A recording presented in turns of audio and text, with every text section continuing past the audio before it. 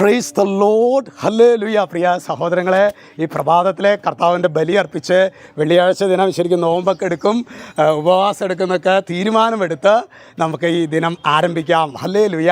ഇന്ന് നാം ധ്യാനിക്കുന്നത് അത് സങ്കീർത്തന പുസ്തകം 17-ാമത്തെ അധ്യായത്തിലെ 14-ാമത്തെ തിരുവചനം. അവിടെ ദൈവത്തിൻ്റെ മാറ്റമില്ലാത്ത വചനം പറയുന്നത് ഇങ്ങനെയാണ്: ഇഹലോക ജീവിതം മാത്രം ഓഹരിയായി കരുതുന്ന മർത്യരിൽ നിന്ന് അങ്ങയുടെ കരം എന്നെ സംരക്ഷിക്കട്ടെ. ദാവീദ് രാജാവിൻ്റെ പ്രാർത്ഥനയാണ്.